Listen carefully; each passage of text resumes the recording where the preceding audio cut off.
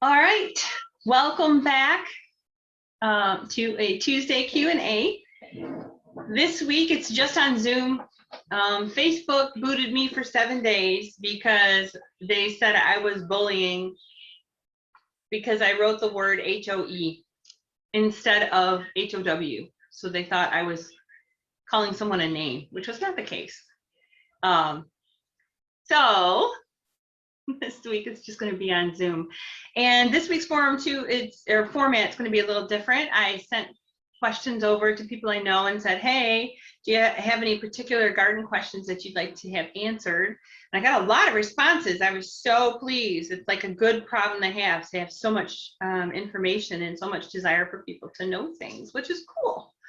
So last week we talked about tomato trellises and flowers and veggies, like when you plant them inside and then how to move them to the outside successfully. I don't know, did some of you do that? That would be fun. I did. I finally this morning, I took my tomato plants. They were only 3 or 4 inches tall, but they were pretty ready for the ground. And I put them out in the front vegetable bed. So the vegetable bed has about 3-4 inches lower. I'm going to let Colleen in. Hi, Colleen. I was just talking about that I planted some of my baby tomato plants. I planted Amish paste and Roma tomatoes, I believe. And the vegetable bed is only 3-4 inches. It's like from the surface, the soil is down. So they're going to be protected from the wind and from too much sun. They'll get a little bit of shade, and then they're going to grow their roots while the snap peas are growing up the trellis. But Hi. Hi. How's your day been? Good. How are you doing? I'm doing really well. I love talking about garden stuff. It's so cool. Okay, so this week I did send out questions to people and said, hey, what do you want answered? And I'll get to that in just a second.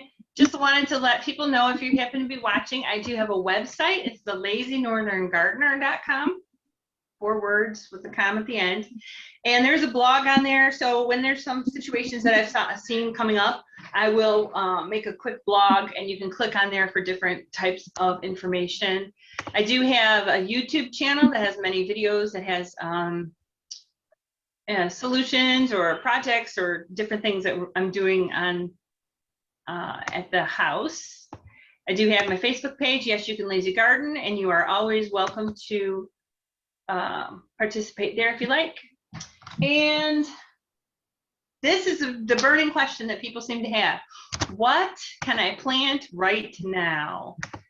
All right, so in order to know what you can plant right now, what you have to know is, and Colleen, you're probably already familiar with this, but you have to know what your hardiness zone is. That means like what your highs and what your low temperatures, in order to decide what to plant. And that's going to determine usually about what the soil temperature is. So like, let's say you're baking a cake, you're not going to put it in the oven until it's preheated to a certain amount, a certain temperature, and then you're going to actually have a cake that is baked the way you want it to be.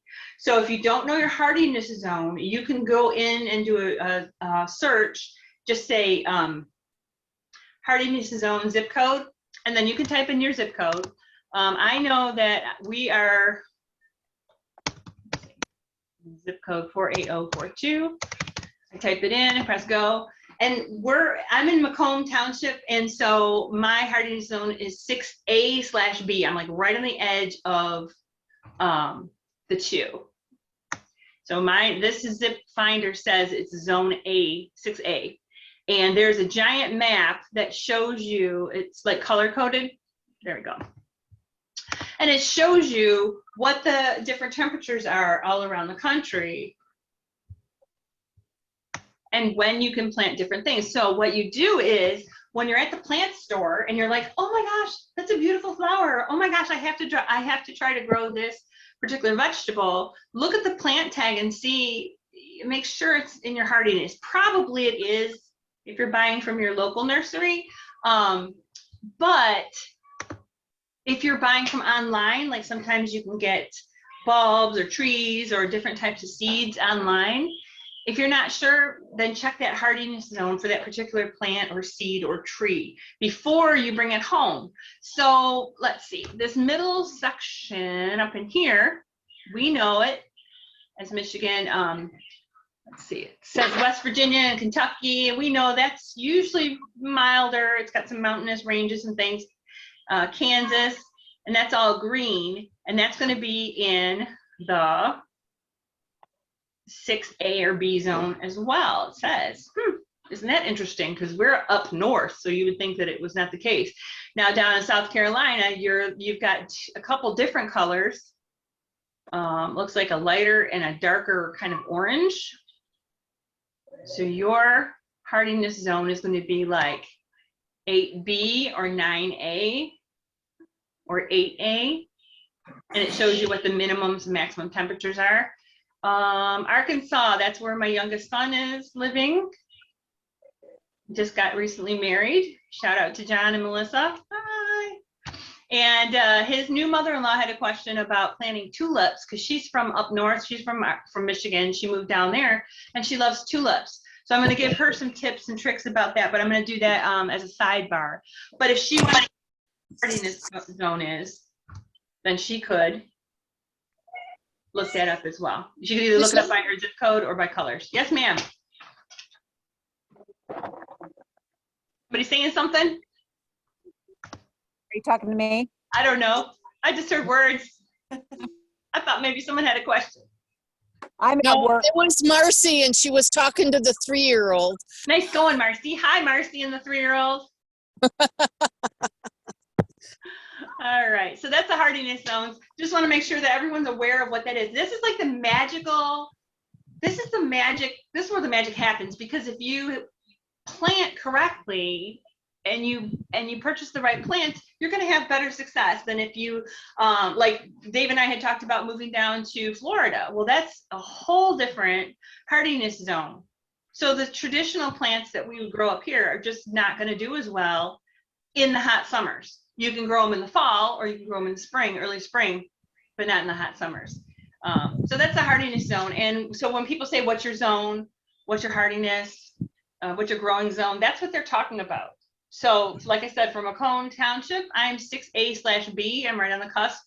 And you can see with Michigan, it kind of goes, the green kind of goes up into the thumb a little bit, which is really interesting. Now, if you have a house up north in Michigan, you're going to want to look and see what, what's your zone for that. You can see the middle of the lower peninsula is that darkish blue. That's a lot different than what we've got. And then over on the upper peninsula, you've got the purples and the blues, and that's going to be a whole lot different too. Climate altogether. All right, so that's hardiness zones. So Heidi, if you happen to listen to this, she's down in Arkansas. That's John's mother-in-law. Your tulips, what you're going to do is you can order it from a company, or you buy it from a nursery if they're going to already do this, but they have to be pre-chilled. So if you order from a company, they're going to pre-chill them for a certain amount of time under the right conditions, and then they're going to send them to you exactly when you're supposed to plant them. So in Arkansas, you're going to plant the tulips like in December because your ground isn't frozen like ours is, and then they're going to come up probably in February. But I've got links I'm going to send you so that you'll take a look at that and you'll know what I'm talking about a little bit more. So here's the big question. What can I plant right now in zone 6A/B? Everything. Everything. You can plant your tomatoes and your peppers and your corn. There was a question about sunflowers. You can plant sunflower seeds right now in the ground. I just planted delicata seeds right in the ground. I'm going to plant squash and pumpkin and something else right in the ground as well, because it's time. You can do that. It's time to grow everything. Now, you're going to have to keep in mind that it's still Michigan. So if the nighttime low is 45 or lower, it's going to be the lows you're looking at, nighttime lows. Then you may have to cover some plants that may not like frost or colder temperatures. That's not going to happen often, but I did look ahead maybe, I think it was about 10 days, and it was like 47-ish. By that time, most of the plants are going to have their roots into the ground, and they're going to have their leaves up like they should be. So shouldn't be too much of a big deal. What do you think, guys? Are you going to be planting stuff now? Anything in particular? I planted my tomatoes and my peppers. Good for in you. my What kind of container. tomatoes? I got one early girl and some cherry tomatoes and Romas And Romas. Okay. and jalapenos. And then I planted some seeds for some other peppers, but Yum. And that's the thing is that a lot of people, when they're in Michigan, they're newer to gardening, they don't realize too how much they could plant in the cold season. I harvested radishes, delicious. I've been harvesting lettuce and spinach and kale and all kinds of good stuff. So good. I don't know what to do with it all. I mean, I can't eat it all, but I think I heard I can freeze spinach. And so that's what I'm going to try and do. I'm going to try and dry it off and put them in Ziploc bags and put them in the freezer to use for later. So yeah, sunflowers, everything else. Somebody asked, what's the easiest garden to plant? To me, the first one is a rock garden. Not like putting rocks in the ground to grow, but that's pretty simple. The second was a potato garden the Ruth Stout way. And that's where your potatoes have eyes. And you make rows in straw, toss them onto the ground, cover them with straw, and let them go. So I'm going to try that and see how that works. And the third way I think is the easiest is the no-till lasagna garden. To me, and I was talking to my son's mother-in-law about this as well a little bit. You lay cardboard directly on the grass and the weeds, everything that's there. Then you put the soil on top, about 6 or 8 inches of soil, garden soil, plant in there, mulch all around there, and water. And what'll happen is the cardboard is going to smother the grass and the weeds out. It's going to decompose over time, and the dead grass and weeds underneath are going to enrich the soil as well. And by the time the plant's roots kind of get down to the cardboard, it's probably going to be enough that they can poke through. Believe it or not, roots are crazy. They'll poke through and into the earth, and so everything works itself out. But you don't have to necessarily till the ground, depending on what size garden you want and what you want to grow. A lot of people say, well, I don't want to do it because it's too hard, too much work. And I remember double digging. That's what I was taught, and I never want to do that again. It's too much work for me. But how about you guys? Do you guys till, or do you have raised beds or containers? Maybe not. All right. Well, I'm going to move on. There's a lot more questions. More about starting beds. There's a question, shout out to Jan, about a tree that has roots that are like poking out through the ground, going through the grass. Can you make Tammy, a garden froze. bed? Oh no, I'm frozen. Am I still frozen? nope, now you're not. I planted some potatoes in a big container too. Oh yeah? Okay. Yeah. Have you done that before? No. Cool, you're experimenting. Oh yeah. Go, Marcy, because you don't know what's going to happen until you try it, right? Right. And right now you have no potatoes. If it doesn't work, you'll have no potatoes. But if it does work, you'll have some, right? Yep. So And they always cool. taste better when you grow them yourself. They do. They really do. Okay, so this question was about trees that have ground roots like through the grass, and she was told that you can't put a garden right over the top of it. Hi. And that's the case because the soil and the dirt are going to eat at the wood, and it's going to cause the tree to get distressed or some diseases to it. That's pretty natural. That's what compost is made of, is decomposed particles of plants and trees and things like that. And that's what the microorganisms are really good at. One thing you can try, if you like the tree and you don't want to hurt the tree, you can put landscape fabric over it. You can try it and then put the soil on top, and that kind of is it's not going to have direct contact with the roots. But the other thing I just thought about before this call was If you take gravel instead and put maybe 2 inches of gravel over each tree root or over the area of the tree roots, this way, yeah, where are the tree roots? Just a couple inches of gravel. And what'll happen is the water will go through, but it won't stay, and it'll just keep going. And also the air will get through to the tree roots because because Aunt Linda's saying she wants to come on. Yes, okay.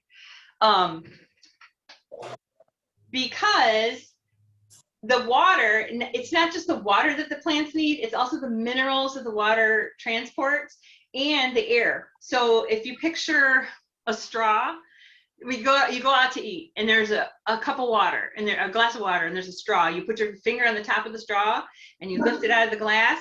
And then if you gently release your finger from that, you see how the water goes down, but then there's a little bit of suction.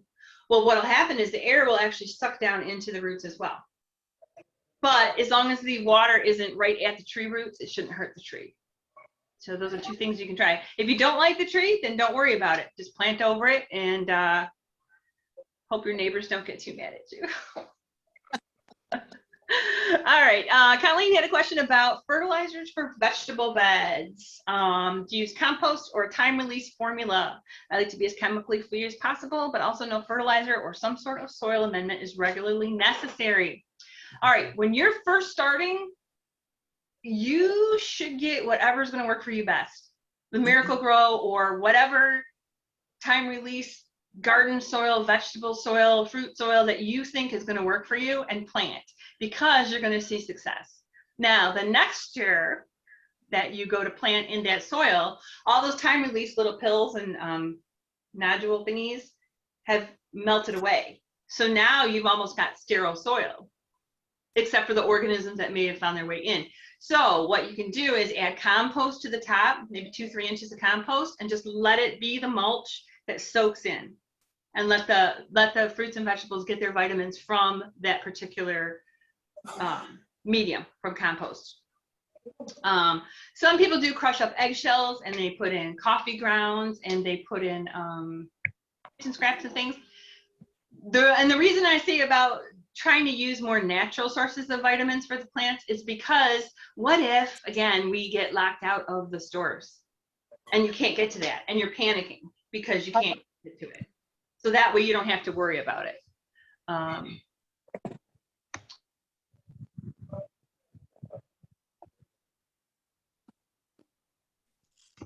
There, I muted myself instead of Colleen. What else? Oh, and I actually like to put in chicken poop and chicken bedding and mix it all in there. Not right before I plant, but at least a couple of weeks before I plant. And then I water it a bunch so it is time to like decompose. And that's over in my back green beds and they're growing like crazy.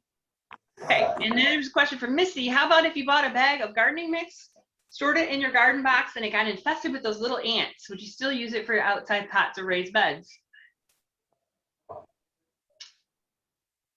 I mean, I don't see why you couldn't. You'd have a lot of ants, but ants are outside too in the ground. I took a lot of my old potting mixes and failed seedlings. I have had a lot of fails. I'm okay with that.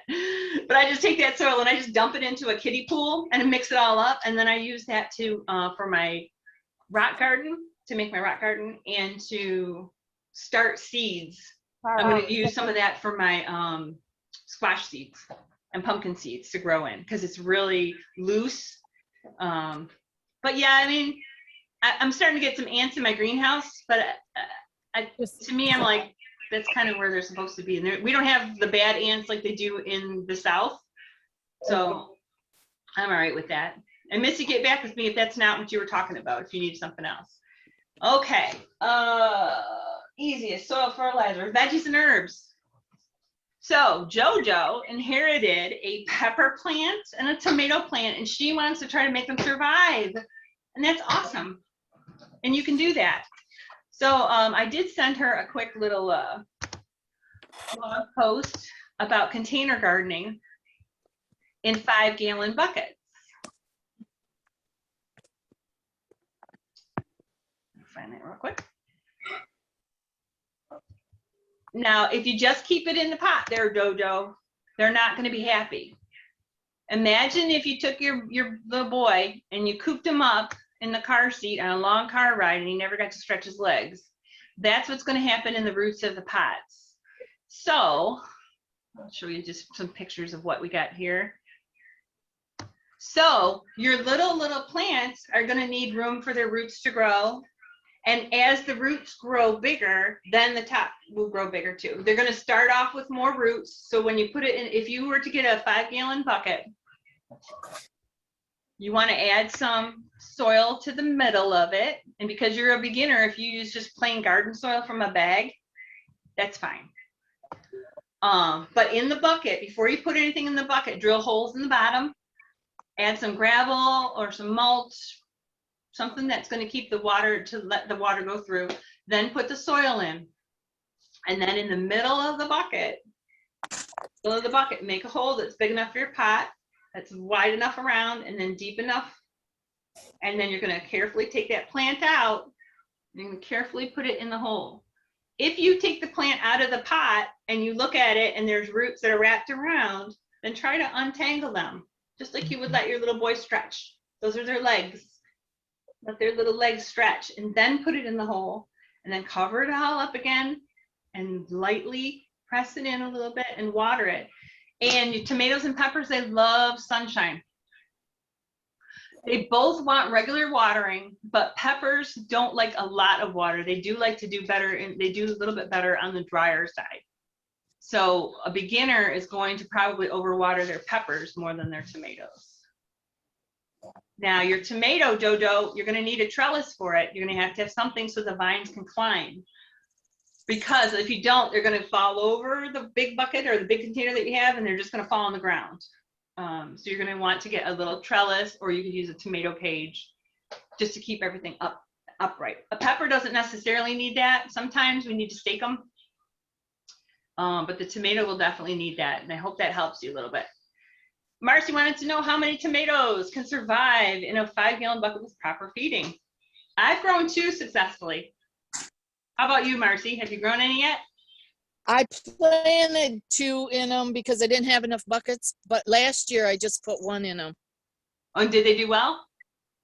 The plants grew great. I didn't have a whole lot of fruit last year. Not a lot of fruit. Okay. So you had a lot of leaves, not a lot of flowers, or did you have a lot of flowers? I had a lot of flowers. I just didn't get a lot of fruit. Okay. Oh my gosh, it's going to end in 10 minutes. What? Okay. So this year, if you're going to do the tomatoes in the buckets, I'm pretty sure, no, I don't want any changes to my advice. Pretty sure you're going to want the flowers to get pollinated. So you might want to put it where the flowers are, or put some flowers around it. Mm-hmm. I had bees around it because I had a huge nest. I didn't kill it till fall. Oh, okay. All But right. they weren't honeybees. They were just pest bees. But Okay. they still And you were said around. you fertilized. What'd you fertilize with? Was it a tomato fertilizer? It was Trifecta from M.I. Gardner. And is that supposed to work for tomatoes? Mm-hmm. Okay. And you had holes drilled in the bottom and gravel on the bottom. Yep. Huh. Well, we'll have to take a look at that when you grow. I'm moving them out where they get a little bit more sun, I think. Yes. More sun, more sun, more sun. That's all they want is sun. Yeah. Yeah. And also when they are starting to grow really tall, start clipping the bottom branches off altogether. I took the suckers off of them last year. Yeah. Take off the suckers. You can replant those, but definitely take the bottom branches off as well. Yeah. Cucumbers in a tomato? Sure, why not? Try it. Put a trellis up, right? Yep. You wanted to know about shade-tolerant herbs? Yes. Almost a whole lot of them. Thyme, parsley, cilantro, mint, golden oregano, chives, tarragon, lemon balm, borage, and wild ginger, which is more of a ground cover than a ginger. That's a lot. It's like, so what is it? Parsley, sage, rosemary, and thyme. Not rosemary. Basil just needs a lot more sun. Basil needs a lot of sun. Okay. Yeah. Mr. 3-year-old, stop it. Melissa wanted to know about beans.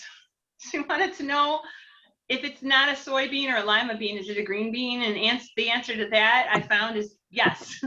They're just different colors. The only big difference is going to be that they're going to either have strings on them that you have to remove before you serve them, or they're going to be stringless. So don't get too confused about it. Just plant them. And they're either going to be, if you're new to green beans, like I am, they're either going to be bush beans, like I had last year, or they're going to be pole beans, like I'm going to try this year. Wendy down in South Carolina, she has black spots on her pepper plants, bell pepper plants, on the leaves and the stalks. She did get some peppers, but not as many as she did in the previous years. And for her, because she's down south, it probably is that thing called southern blight. It could also be due to bacteria or fungus. But at any rate, all of them are going to like moisture, heat, and not a lot of wind. So if we're going to remedy that, we're going to make sure that we take the branches off on the bottoms of your peppers so the wind at the soil level keeps moving. And we're not going to overwater them. We're not going to water the leaves. We're only going to water on the ground, just on the ground, either a pointed, like a pointed watering can or an irrigation system. And that's about it. We can't really do anything about the heat because you're going to have the heat. But let's see if that helps at all. What else? Oh, and stick to a watering schedule that's regular so the plants they don't get stressed out, because they will get stressed out if you don't water them regularly. Otherwise, if they're not stressed, they can fight stuff off on their own. It's really amazing what they can do. Kimberly has questions about azaleas. Are there particular Michigan azaleas? No. Azaleas grow really well in Michigan. You're going to look for, you want to protect them from the winter wind and the sun. And you want to plant them in rich, moist, well-drained soil. So the winter wind is going to come from the north. So probably the north side of the house is not a good idea. And then there's a corner area. I'm going to have to get offline with you and talk about that a little bit more. Okay. Liz wanted to know how to stop weeds. Any seeds for weeds need heat, light, and moisture. So anytime you can smother them, mulch them, or you plant things really close together and then the seeds can't get into and on to the ground, is going to help. And Connie, you had a question about bishop's weed. You poor baby. Oh, we had bishop's weed. The only way we could get rid of it was to pull it by hand, but it kept growing anyway. You could try getting landscape fabric or a black trash bag and cutting holes for the plants that you like to put around those plants and try to smother out the rest of it. Does that make sense? So getting some black plastic, you could try that. You also could try a Roundup product and a paintbrush on a non-windy day, but then you're going to have to suit up. You're going to have to protect yourself just like you would, that's whatever's on the package instructions. You gotta be really, really careful if you're going to use Roundup. Or you just let the bishop weed be. And you got to watch too, like whenever you get plants from other people, sometimes those kind of ride along and we don't even know that until we put them in our gardens, and then it's too late. Linda was going to do her houseplants, but she's not here right now. Mike wants to attract butterflies.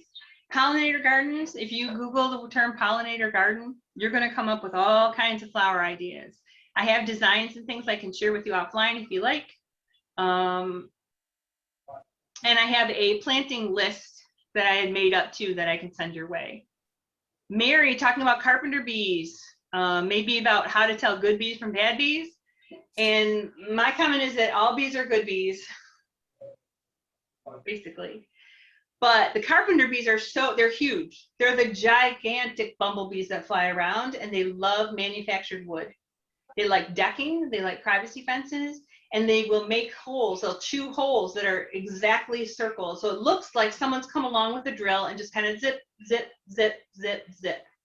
And we've got some in one of our privacy fences, and at the bottom of the hole is like droppings from them, and you can see where they've come in and gone out, and they like to live in the wood. So there's probably ways you can get rid of them if you like, so they don't eat up your wood. But they're not going to be like termites where they are devastating, and where they wreck the structures. Let's see. Jan wanted to know about slugs off melons and other veggies that lie on the ground. There's a product called Sluggo, I guess, is really awesome. They're iron pellets. So it's pretty natural, and they're slow release, and you sprinkle them around the plants that you're having a problem with. The slugs come and they eat and eat and eat and eat the iron, and they crawl off and then they die. So it's not like a beer trap that some people recommend where you got to catch them all and then throw them away. It's called Sluggo, and I can post a picture of that later on too. What else? Grubs. Oh, anyone reduce their grubs? No? My chickens eat all our grubs from the grass. But I don't think Jan, you said you didn't like chickens, so you're not gonna get chickens to do that. Grubs, they are what do grubs turn out to be? I can't remember. There's some caterpillar that turned out to be some kind of beautiful butterfly or something, or moth, but I know it's terrible, and you might just have to resort to those grub killers if they're really getting into your flower beds.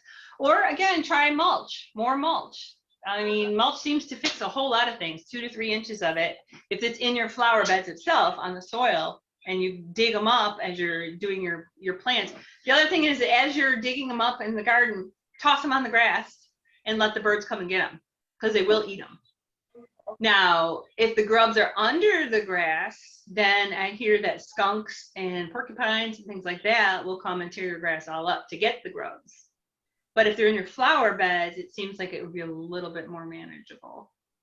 Liz want to know best way to split hostas. And that's going to be like any plant. Dig up especially hostas though, dig up the clump. The whole clump can come out of the ground. And you can slice it with a knife. You can cut it with a sharp shovel. And then you're going to replant the sections. And hosta's pretty forgiving. A lot of plants are like this. You water it real well, dig them up, divide them out, and then replant them and water them well and water them in. And they're going to do pretty well for you. And I think I got through all the questions, which is good because I think we're going to run out of time. Anyone have something else coming up? I do. Yes, Melissa. Yes, Kimberly. I noticed some lily bugs on my lilies. I had them last year. They're little tiny red bugs. I'd never had them before until last year. And I saw one yesterday on the leaves. Last year I used a chemical on them, but I was wondering if there was something else I could use. Really excited to be able to show you guys. And what was the other thing? I'll start my video.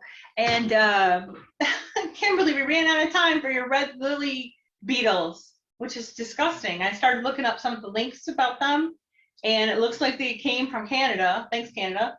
And they are really invasive, and you can see them. I guess you can see them on the lilies, but they are, if you come up against, like, closer to the plant, they like see you and they jump off real quick and they go hide in the soil. So it's hard to get rid of them. So I sent you a couple links through chat, Facebook Messenger, and maybe that'll help. I hope. Oh,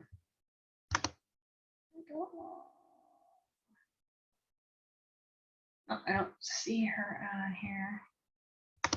All right, so one of two things. One, either because I think I started a little early this time, because otherwise it's 40 minutes. So no, actually I started at 4. So perhaps I'm going to need to go pro with this plan with Zoom if I'm going to keep doing these meetings. But come on back on. Let's see if it works. Try again. Try again. I did want to thank everyone that sent questions in. That was so cool and so helpful. And like I thought, it was like a good problem to have so many questions, because then, you know, it's covering a wide range of topics.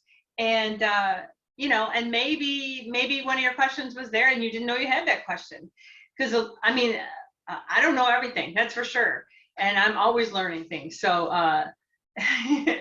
so we all learn from each other. And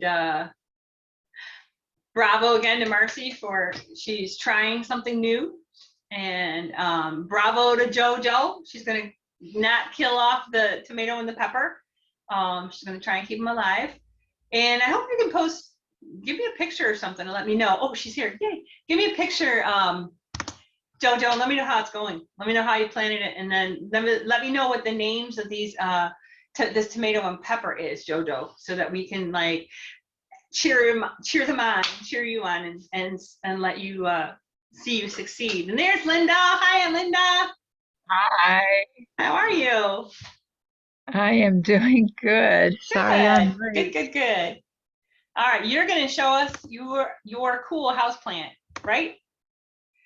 Yes, I have one that I was going to particularly show you, unless you want to see several of them. Show us the one that you have in mind. And what I'm going to do is I'm going to put both Zoom recordings together and just make it one. Hi, Shelby in the background. Here's Dale. Yeah, she's right there. Hi, baby. Okay, do you want to see pictures of them, or you want me to go get the plant and bring it? It's up to you. You could either share your Um, screen or you could get the plant or whichever you like to do. I can get the plant, but it might be easier to see the pictures of them too. Okay. Hi, Shelby. Shelby.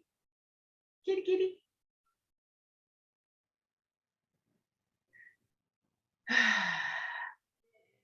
I love spring. Oh, look at that. So there's the flowers. And that's a real orchid. That's not a synthetic, right? No, it's a real. Okay. Oh, it's so beautiful. So that's And does it have a name? see the whole thing. Awesome. That's really beautiful. Okay. How long have you had it? It's been more than a year. It's a year and a half maybe now. Okay.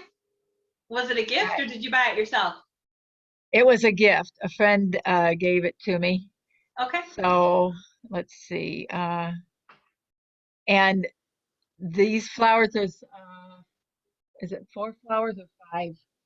I have 5 flowers on it now. Mhm. And when the first flower bloomed on it, it had buds on it. And I thought, oh, these other flowers are probably, the buds are going to die, but they didn't. One by one, they bloomed. Oh, that's going to. That's so cool. I guess I only have the 2 pictures, but those leaves, it only had like 2 leaves when I got it, and it was in bloom, and then it died. The blooms died, Uh-huh. and then it didn't do anything for months, and then all of a sudden it got a new shoot on it and got buds, and I'm like, oh my gosh, it's going to bloom again. That's so cool. And Can you double click on your photo so we can see them bigger or no? Like that. Where my photos are, and I Okay. don't see that. Okay.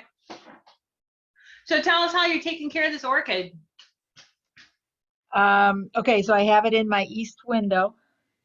I have to go put it back up on the stand.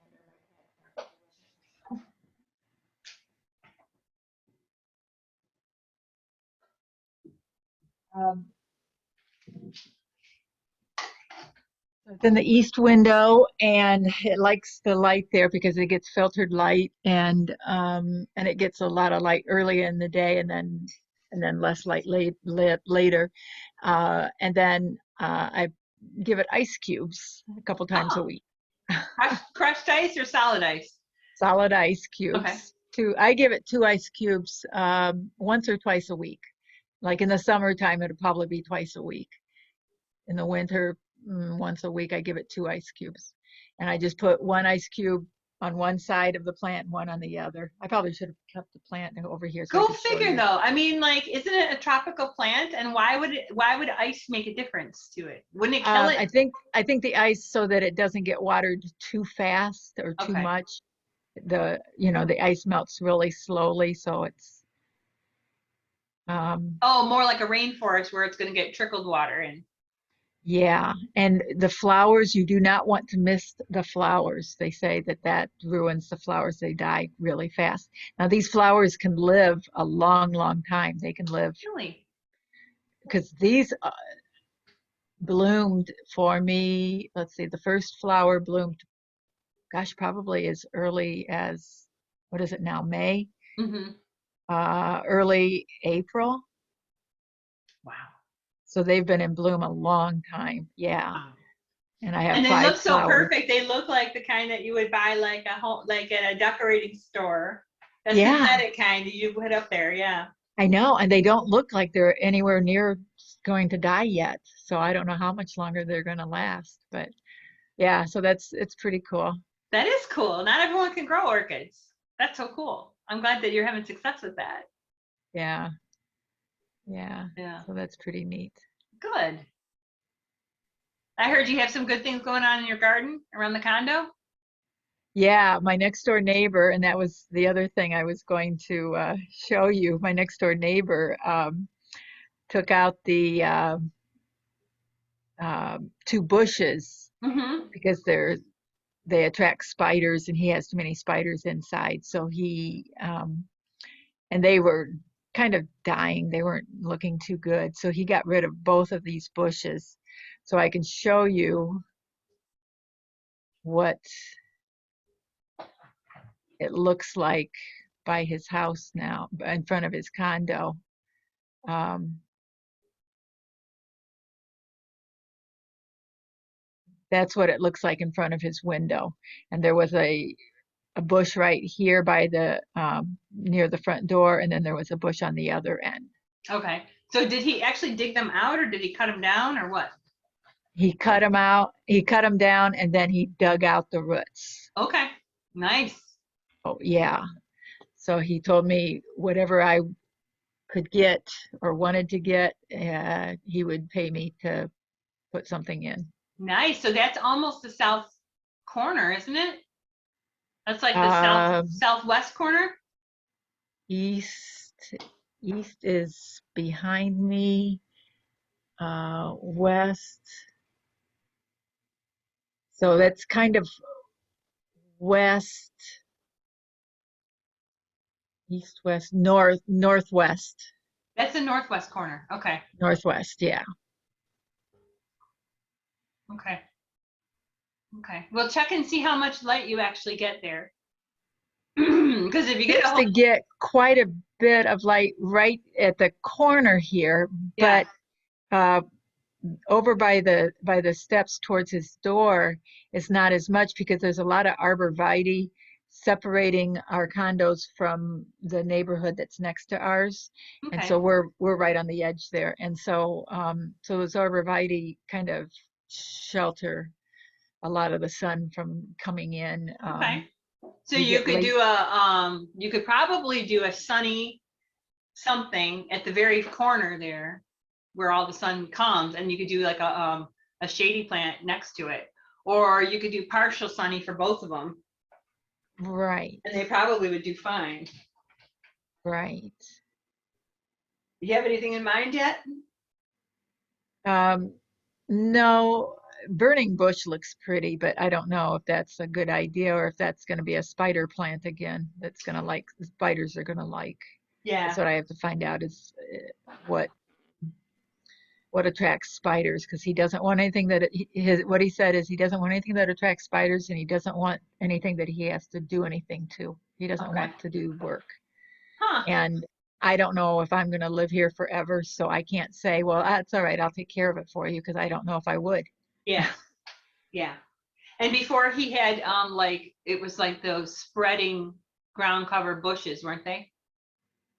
Like they were low to the ground, like spreading you or something like that. No, it didn't spread. It was an ugly type of bush. I should have Okay. taken a picture of it, but it was just a bush that was kind of big and fat. Yeah.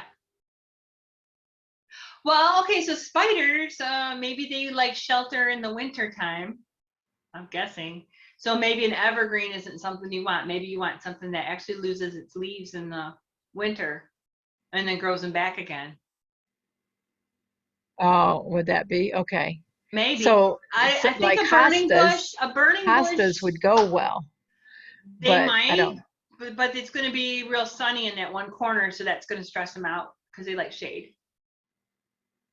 yeah, And your burning bush is going to grow really big, really fast, so it might outgrow that space. okay. Burning bush does grow fast. Okay. Yeah. I think one of your neighbors just put in, didn't they put in a weeping cherry tree? It was really small, like a dwarf version. Yeah, That might look nice there. And the okay. spiders aren't going to climb up in the tree necessarily and get into his house that way. Because you said Okay. they're coming in from the ground. He was having problems down there. Is that what it is then? They come I in through thought the so. ground. Yeah. Okay.